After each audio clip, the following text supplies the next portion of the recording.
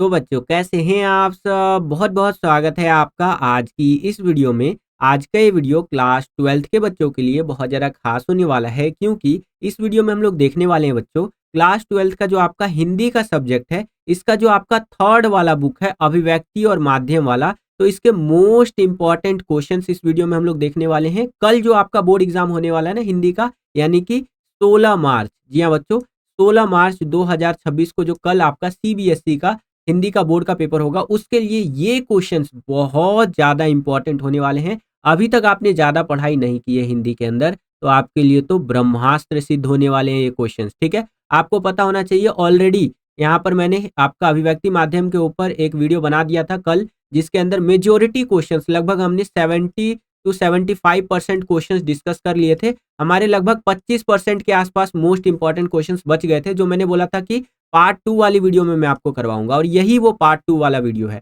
आप में से बहुत सारे बच्चे एकदम हैवी से भी हैवी डिमांड किए थे कि सर पार्ट 2 का वीडियो लेकर के आ जाइए, ताकि हमारी तैयारी बिल्कुल बढ़िया से भी बढ़िया हो सके। तो ये लेके आ गया हूं मैं आपके लिए पार्ट 2 का वीडियो। देखिए, डिमांड करना आपका काम है, सप्लाई देना हमारा काम है ना? तो इसी बात पर ठोको लाइक। जितना जरा आप लाइक करते हो वीडियो को, उतना जरा हमारा मोटिवेशन बढ़ता है इसी तरह के वीडियोस को बनाने के लिए। और देखिए, इस वीडियो को आप यूं भी कह सकते हैं कि एक ही वीडियो और अभिव्यक्ति माध्यम खत्म। ठीक है, इस वीडियो को और पार्ट 1 वाली वीडियो को देखने के बाद आपको अभिव्यक्ति माध्यम में चिंता करने की बिल्कुल जरूरत नहीं है। इसी में से पेपर में आएगा, आप देख लीजिएगा। क्योंकि जो क्वेश्चन मैं आपको करवाने वाला हूं ना, पिछले 10 साल का सीबीएसई का हिंदी का पेपर उठा करके देख लीजिए, चाहे हिंदी कोर हो या हिंदी इलेक्टिव हो, यही क्वेश्चंस बार बार रिपीट होकर के आए हुए हैं। ठीक है बच्चों, तो वीडियो को पूरा जरूर देखिएगा। अगर आपके पास नोटबुक है तो उसमें नोट भी करते चलिए इन सभी क्वेश्चंस को।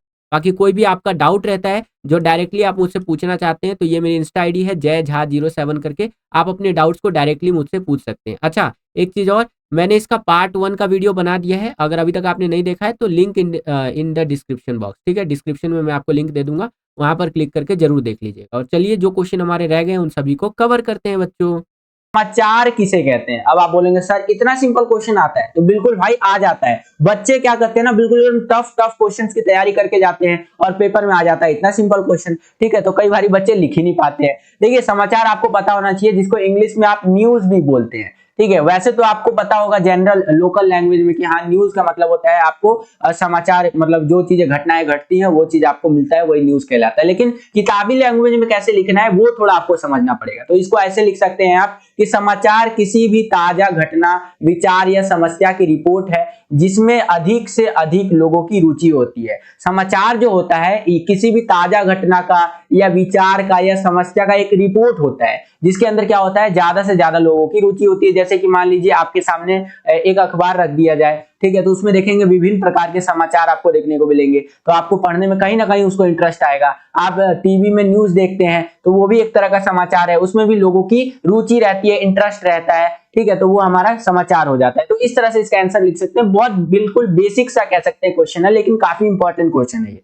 ठीक है, आई होप कि आपको समझ में आया होगा। वही जैसे मान लीजिए एग्जांपल के लिए एक और आपको बता देता हूं। मान लीजिए कि कहीं पर कोई घटना हो गई, ठीक है, जैसे हाथरस का घटना हुआ था, या अभी हमारा यहाँ पर अभी जो गया हमारा 26 जनवरी, तो 26 जनवरी का परेड हो रहा था। तो देखते होंगे आप लोग कि न्यूज रिपोर्टर वगैरह जाके वहां पर, देखिए आज हम आए हुए हैं 26 जनवरी का, यहाँ पर परेड हो रहा है, जय हिंद, वंदे मातरम, बोलिए जय हिंद। तो इस तरह का जो खबर आता है, जो अखबार आता है, अखबारों के अंदर भी ऐसी खबरें देखने को मिलती है, वही समाचार है बेसिकली। लोकल लैंग्वेज में बिल्कुल बताया एग्जाम्पल के लिए आपको। बाकी किताबी लैंग्वेज में आप यहाँ पर लिखा हुआ देख ही सकते हैं। ठीक है, आई होप कि आपको समझ में आया होगा। वीडियो में आगे बढ़ने से पहले एक इंपॉर्टेंट इन्फॉर्मेशन है बच्चों, तो बड़े ध्यान से समझिएगा। अगर आप अपने हिंदी के बोर्ड एग्जाम की तैयारी को, जो आपका पॉलिटिकल साइंस का बोर्ड का पेपर आने वाला है इसकी तैयारी को, और हिस्ट्री के बोर्ड एग्जाम की तैयारी को नेक्स्ट लेवल पर ले जाना चाहते हैं, और एक लिटरली टॉपर बनना चाहते हैं लास्ट टाइम पे भी यहाँ पर तैयारी करके, ठीक है, तो इन तीनों सब्जेक्ट के 15-15 सैंपल पेपर आप ले सकते हैं विद सॉल्यूशन के साथ। ठीक है, स्क्रीन पर दिख रहे व्हाट्सएप नंबर पर कॉन्टैक्ट करके, और अपने बोर्ड्स की तैयारी को बहुत बढ़िया बना सकते हैं। ठीक है, चलिए वीडियो में आगे बढ़ते हैं। ये क्वेश्चन मैंने देखा ना कि कई बार रिपीट पूछ रखा था। क्या क्वेश्चन है हमारा? क्या पूछ रहा है हमसे कि जो संपादक होता है ना, जिसको आप इंग्लिश में एडिटर भी बोलते हैं, इसकी 2 भूमिकाएं आपको लिखनी है। हालांकि मैंने 4 लिख करके बता रखा है। आप देखते होंगे जो अखबार वगैरह आता है उसके अंदर ना संपादक जो होता है, एडिटर जो होता है, वो काफी सारी चीजें यहाँ पर प्रिंट करवाता है, छपवाता है अखबार के अंदर। ठीक है, तो उसकी क्या भूमिका होती है वही आपको यहाँ पर आंसर के अंदर लिख करके बता देना है। तो इस तरह से आप लिख सकते हैं कि किसी भी घटना यानी कोई भी घटना होती है या समस्या होता है या कोई मुद्दा होता है, उसकी गहन छानबीन करके विश्लेषण करना, ये संपादक का काम होता है, एडिटर का काम होता है। किसी मुद्दे के प्रति समाचार पत्र की अपनी राय प्रकट करने के लिए संपादकीय लिखना, ये इसका काम होता है। ठीक है, फॉर एग्जाम्पल मैं आपको एक रिसेंट की घटना बताता हूँ। दिल्ली में क्या हुआ था कि एक लड़की का आपने देखा होगा, उसको कई किलोमीटर तक घसीटा गया था। ठीक है, हालांकि क्या केस था नहीं था उसके ऊपर ये चर्चा का विषय है। तो ये बहुत दर्दनाक घटना हुई थी, एजुकेशनल पर्पस के लिए बता रहा हूँ, लड़की के साथ। ठीक है, वो पार्टी से आ रही थी और उसका एक्सीडेंट वगैरह जो भी हुआ, तो वो उसको कार में फंस गई वो, और वो काफी दूर तक उसको घसीटा गया। ठीक है, अब क्या हुआ था नहीं हुआ था वो आप न्यूज देखेंगे तो आपको समझ में आएगा। तो इस चीज के ऊपर मान लीजिए अखबार में न्यूज लिखना है। ठीक है, तो संपादक जो होगा ना, उस घटना या उस मुद्दे पर बिल्कुल गहराई से छानबीन करेगा, उसका विश्लेषण करेगा, एनालाइज करेगा कि अच्छा ये चीज हुआ था, ऐसे हुआ, यहाँ पर घटना है, यहाँ कंझावला की घटना थी दिल्ली में, ऐसी चीज हुई, अच्छा ठीक है, तो अखबार में इस तरह से मैं इसको क्या करता हूँ, इस तरह से यहाँ पर छाप देता हूँ। ठीक है, और इसी मुद्दे को समाचार पत्र में अपनी राय प्रकट करने के बाद संपादकीय लिखना, ये सारा काम किसका होता है, संपादक का होता है। समाचारों का चयन एवं प्रस्तुति करना कि यार ये लड़की वाली घटना को ना फ्रंट पेज यानी कि फर्स्ट पेज पर रखा जाना चाहिए, क्योंकि ज्यादा से ज्यादा लोगों की पढ़ने में इसमें रुचि होगी, इंटरेस्ट होगा। और देखा जाए तो इस तरह की घटनाएं जो होती है ना, अमूमन फ्रंट पेज पर ही छापा जाता है। लेकिन ये बहुत कह सकते हैं ना, जो अखबार वाले होते हैं उनके लिए तो फायदेमंद होता है, लेकिन सोचिए कि उस लड़की की जो परिवार वाले होंगे उन पे क्या गुजरी होगी। ठीक है, तो ऐसी घटनाएं भी हमारे सामने देखने को मिल रहा है 2023 के अंदर। खैर छोड़िए, ऊपर वाला उनकी आत्मा को शांति दे। चलिए आगे है कि सामग्री की अशुद्धियों को दूर करके उसे पठनीय बनाना, यानी कि जो सामग्री, जो भी कंटेंट लिखा जा रहा है ना अखबार के अंदर या इस तरह से, तो उसके अंदर जो अशुद्धियां है, मान लीजिए कि कोई घर लिख रहा है, क्या लिख रहा है, घर, तो वो घ और र लिखने के बजाय घ और ड लिख दिया यहाँ पर। ठीक है, तो ये जो अशुद्धियां है, ये जो गलतियां हैं, इसको ठीक करने के लिए संपादक ही सारी चीजें देखता है। ठीक है, और उसको पढ़ने लायक बनाता है। तो इस तरह से ये आप काम लिख सकते हैं संपादक का। आई होप कि आपको ये क्वेश्चन समझ में आया होगा। अगला क्वेश्चन देखते हैं बच्चों। तीसरा क्वेश्चन क्या पूछ रहा है हमसे यहाँ पर कि जनसंचार माध्यमों में द्वारपाल की भूमिका आपको लिखनी है। अब आप बोलेंगे सर ये द्वारपाल क्या होता है, ये थोड़ा बता दो हमें। तो देखो द्वारपाल कुछ नहीं है भाई, यहाँ पर बस आपका जो है ध्यान हटाने के लिए या कह लीजिए आपका दिमाग चकराने के लिए ना द्वारपाल लिख देता है। द्वारपाल बिल्कुल सिंपल सा है, यहाँ पर समझिए। देखिए, संवाददाताओं द्वारा भेजी गई खबरों की सत्यता निष्पक्षता की जांच कर अशुद्धियों को दूर कर प्रकाशन योग्य बनाने वाले संपादकीय मंडल को द्वारपाल हम लोग कहते हैं बच्चों। ठीक है, यानी कि जो संवाददाता होते हैं वो न्यूज छांट करके आपको भेजते हैं अखबार वाले का कि ये न्यूज है भैया, ये फलाना फलाना न्यूज को छापना है। अब ये एक मंडल, एक कह लीजिए ग्रुप के पास जाता है। वो ग्रुप ना उसके अंदर देखता है कि भैया क्या चीज गलती है, क्या चीज नहीं है। ठीक है, क्या इस खबर को अखबार में छापना चाहिए कि नहीं छापना चाहिए। ठीक है, और जो गलतियां होती हैं उन सबको देख करके ठीक करके क्या करता है, उसे छापने योग्य या प्रकाशन के योग्य बना देता है, जिसको इंग्लिश में आप कहते हैं पब्लिश करने के योग्य बन गया है। तो इसी संपादकीय यानी कि ये जो संपादकों का एक मंडल होता है, एक ग्रुप होता है एडिटर्स का, उसको हम लोग द्वारपाल कहते हैं। ठीक है, आई होप कि आपको समझ में आया होगा। ये भी इंपॉर्टेंट क्वेश्चन है, पेपर में आ चुका है क्वेश्चन। चलिए अगला क्वेश्चन देखिए। यहाँ पर चौथा क्वेश्चन क्या पूछ रहा है कि चौथा खंभा किसे कहा जाता है। ठीक है, ये आपको बताना है और क्यों कहा जाता है।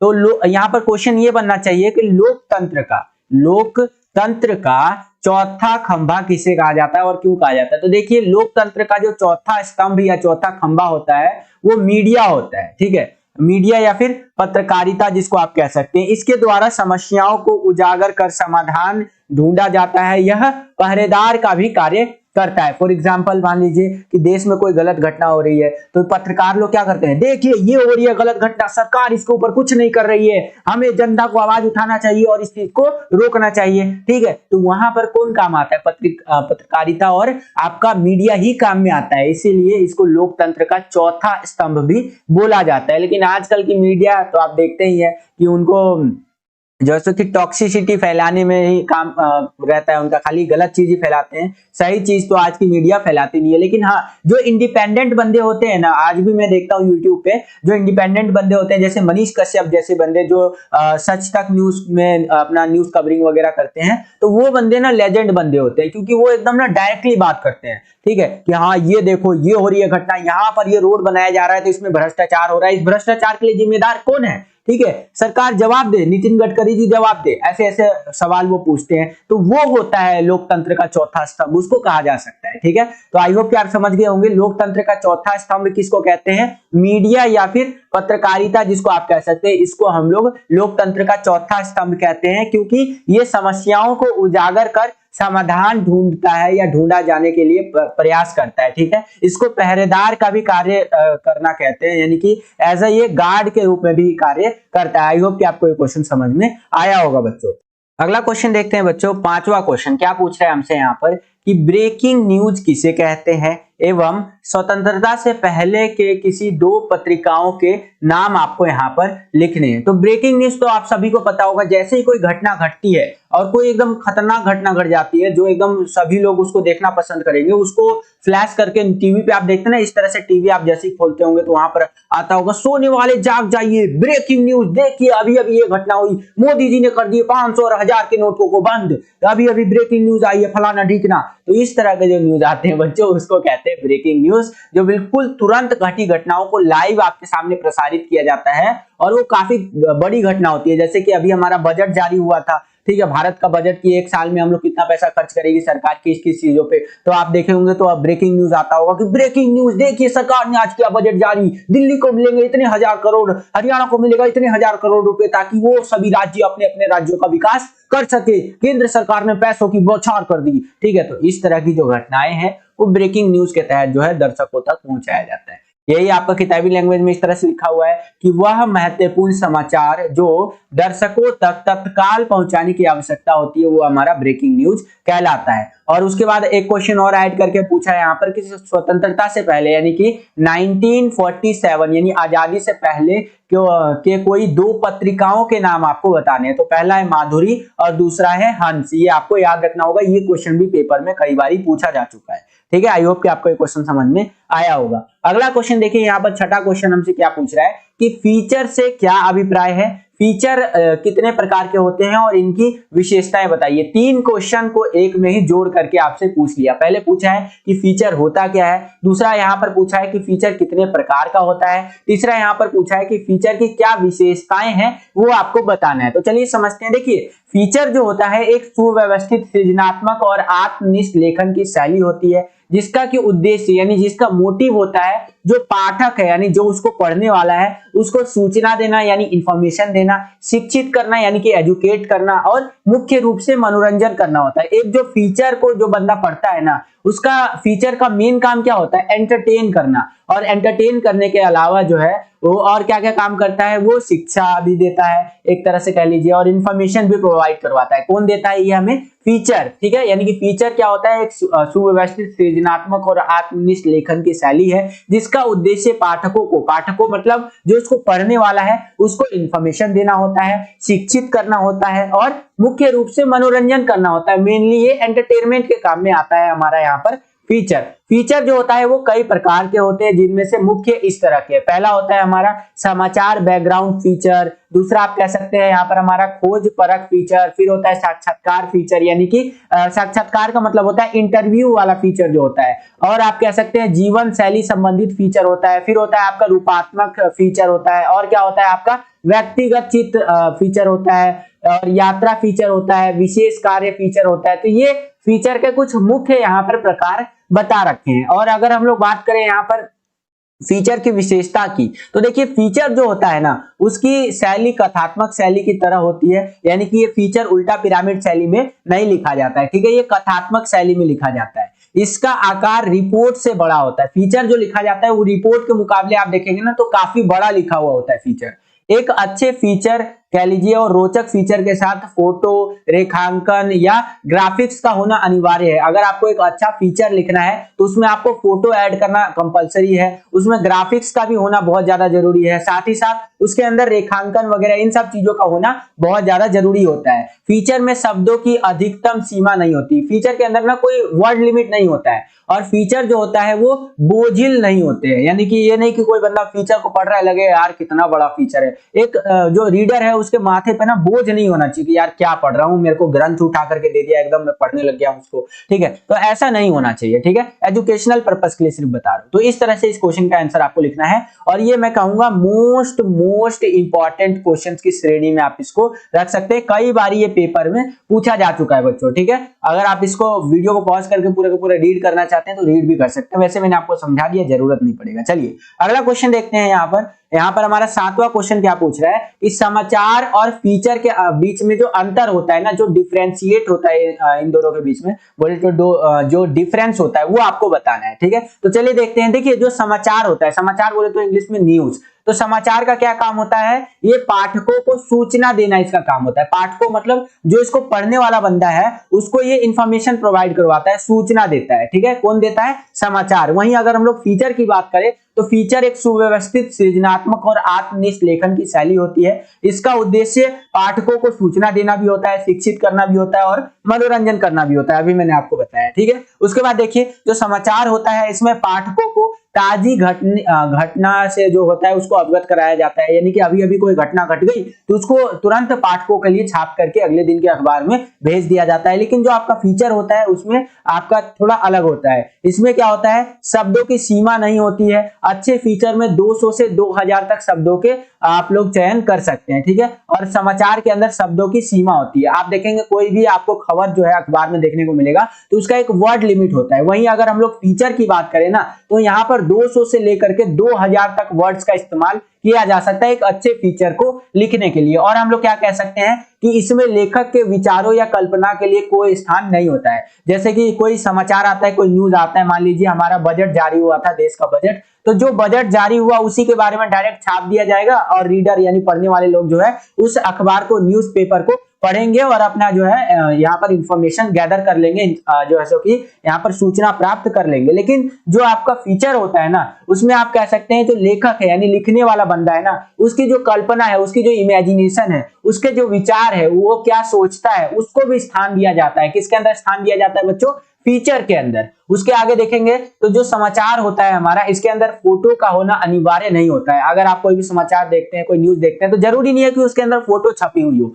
ये जरूरी है कि हाँ उस जो समाचार है, जो न्यूज है, उसको अच्छे से लिख दिया जाए, लेकिन ये जरूरी नहीं होता कि वहां पर इमेज का इस्तेमाल, फोटो का इस्तेमाल करना ही करना होता है। लेकिन जो फीचर होता है आपका, उसके अंदर आप देखेंगे तो फोटो और ग्राफिक्स का होना बहुत ज्यादा जरूरी है, जिससे कि जो पढ़ने वाला बंदा है उसका एंटरटेनमेंट हो सके, वो नॉलेज भी एक्वायर कर सके उससे, ठीक है। तो ये कुछ डिफरेंस होते हैं हमारे यहाँ पर फीचर और समाचार पत्र के अंदर, ठीक है, या समाचार कह लीजिए आप। आई होप कि आपको समझ में आया होगा। अगला क्वेश्चन देखते हैं बच्चों।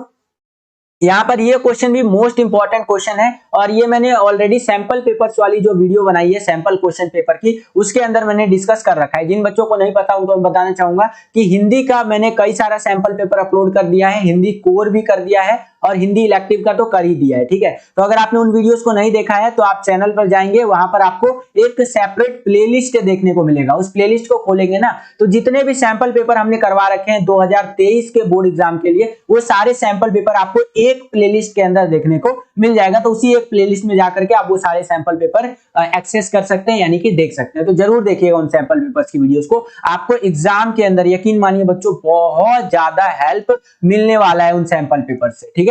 तो उनको जरूर देखिएगा। और अगर आपको ये वीडियो पसंद आ रहा है तो वीडियो को लाइक करते चलिए। जितना ज्यादा आप वीडियो को लाइक करेंगे उतना ज्यादा हमारा मोटिवेशन बढ़ता है और वीडियोस को बनाने के लिए। चलिए ये क्वेश्चन देखिए क्या पूछता है। यहाँ पर सीधा सीधा आपसे क्वेश्चन पूछ लेगा एग्जाम के अंदर कि जो पत्रकार होते हैं वो कितने प्रकार के होते हैं, वर्णन कीजिए। तो पत्रकार जो होते हैं बेसिकली 3 प्रकार के होते हैं। कौन कौन से?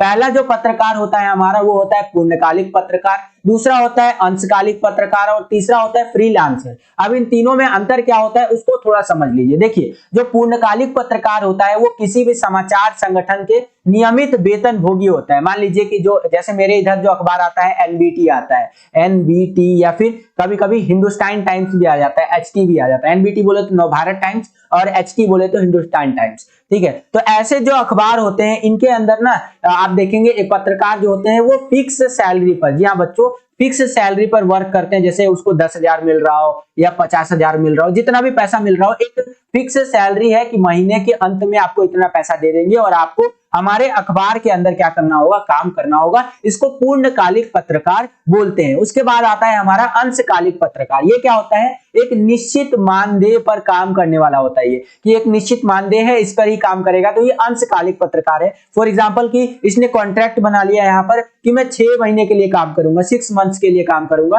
तो इस पर ये काम करता है और इसके लिए इसको पैसा मिलता है, पैसा दिया, चलो भैया तुम अपने घर, हम अपने घर, ठीक है। तो ये होता है हमारा अंशकालिक पत्रकार, ठीक है। आई होप ये भी समझ में आ गया। पूर्णकालिक मैंने आपको बता दिया। तीसरा होता है यहाँ पर फ्रीलांसर। ये बंदा बिल्कुल फ्री होता है, नाम से ही आपको पता चल रहा होगा, फ्रीलांसर, ठीक है। ये हर एक क्षेत्र में होता है, ठीक है, ना केवल पत्रकारिता में, हर एक क्षेत्र में आप देखेंगे। तो ये क्या होता है ना, ये बंदा बिल्कुल फ्री होता है, ये स्वतंत्र रूप से काम करता है। बेसिकली जो यहाँ पर आप देखेंगे लिखा हुआ देखने को मिलेगा कि स्वतंत्र पत्रकार होता है, जो भुगतान के आधार पर अलग अलग अखबारों के लिए काम करता है। मान लीजिए आज एचटी के लिए काम कर रहा है, हिंदुस्तान टाइम्स के लिए एचटी वाले इसको 15,000 दे रहे हैं, ठीक है। कल को एनबीटी वाले जो है इसको अप्रोच करेंगे, नवभारत टाइम्स वाले बोलेंगे भाई आप हमारे इधर आ जाइए, हम आपको कितना देंगे, हम आपको इसका जो है इससे मान लीजिए 2 गुना देंगे, यानी 15,000 दे रहा है ना, हम आपको 30,000 देंगे। तो ये बोलेगा भैया हिंदुस्तान टाइम्स को क्या रे, चलो यार तुम पैसा कम दे रहे हो, सैलरी कम दे रहे हो, फ्रीलांसर हूं मैं तो कोई भी काम कर सकता हूँ, चलो मैं जा रहा हूँ एनबीटीपी के पास, यानी नवभारत टाइम्स के पास। तो ये हमारा होता है फ्रीलांसर वाला पत्रकार,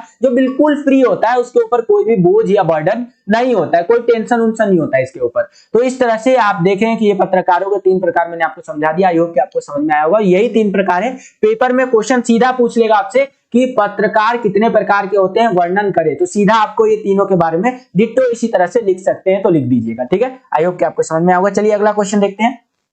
अगला क्वेश्चन देखिए, ये भी काफी इंपॉर्टेंट है। 9वां क्वेश्चन क्या पूछ रहा है कि बीट किसे कहते हैं। देखिए बीट क्या होता है ना, बहुत सिंपल सी चीज है, इसको थोड़ा सा समझिए। जो हमारा समाचार पत्र होता है, अखबार जिसको आप कह सकते हैं, जिसको मैं लिख देता हूं न्यूज पेपर, जो होता है हमारा पेपर, ठीक है। जो न्यूज पेपर होता है उसके अंदर आप देखेंगे जो अलग अलग पेजेस पे अलग अलग तरह का न्यूज होता है। जैसे कि पहले पेज पे इंपॉर्टेंट न्यूज होगा, दूसरे पेज पे आप देखेंगे तो पॉलिटिक्स से जुड़ा हुआ न्यूज होता है, तीसरे पेज पे आप देखेंगे तो यहाँ पर मान लीजिए खेल से जुड़ा हुआ न्यूज आपको देखने को मिलेगा, ठीक है। तो समाचार पत्रों के अंदर या कह लीजिए यहाँ पर समाचारों के अंदर जो अलग अलग कैटेगरी होता है, पॉलिटिक्स का कैटेगरी अलग होता है, यहाँ पर खेल का, फिल्मों का कैटेगरी अलग अलग होता है। तो ये जो काम को बांटा जाता है ना दिलचस्पी के आधार पर, तो इसको ही बीट कहते हैं। जैसे कि मान लीजिए एक समाचार पत्र के अंदर यहाँ पर 4 पत्रकार काम करते हैं। एक का नाम है राम, ठीक है, एक का नाम है श्याम, एक का नाम है आपका गोपाल, और एक का नाम है आपका गोपाल, ठीक है, एक का नाम गोपाल है और एक का नाम है यहाँ पर कृष्णा, ठीक है, एक का नाम कृष्णा है, ठीक है। जो इन चारों का इंटरेस्ट अलग अलग है। राम जो है हमारे, वो यहाँ पर कह लीजिए खेल के अंदर ज्यादा रुचि रखते हैं, ठीक है। और जो हमारे श्याम जी है वो यहाँ पर आ जाइए तो राजनीति के अंदर यानी कि पॉलिटिक्स के अंदर जो है ये ज्यादा रुचि रखते हैं। जो हमारे गोपाल है वो अर्थव्यवस्था के अंदर यानी इकोनॉमिक्स के अंदर ज्यादा इनकी रुचि है। और जो कृष्णा है हमारे, वो फिल्मों के अंदर ज्यादा रुचि रखते हैं। इस तरह से फिल्म जो होते हैं ना उनके अंदर ज्यादा इनका इंटरेस्ट है। तो इन सभी संवाददाताओं को इनका काम विभाजित कर दिया जाएगा, यानी कि इनका काम बांट दिया जाएगा। जो राम है उसको बोला जाएगा कि आप जो है राम जी अपने खेल के ऊपर ज्यादा ध्यान दीजिए, खेल के जो न्यूज है, जो खबरें हैं वो छापना आपका काम है। जो श्याम जी रहेंगे हमारे, उनको बोला जाएगा कि आपका पॉलिटिक्स में इंटरेस्ट है, तो आप क्या कीजिए कि पॉलिटिक्स की न्यूज, पॉलिटिक्स की खबरों को छापने का प्रयास कीजिए। जो गोपाल जी है जिनका अर्थशास्त्र में या अर्थव्यवस्था में ज्यादा इंटरेस्ट है, तो उनको अर्थशास्त्र या अर्थव्यवस्था से रिलेटेड जो न्यूज होती है, इकोनॉमिक्स से रिलेटेड जो न्यूज होता है उसको छापने के लिए बोला जाएगा।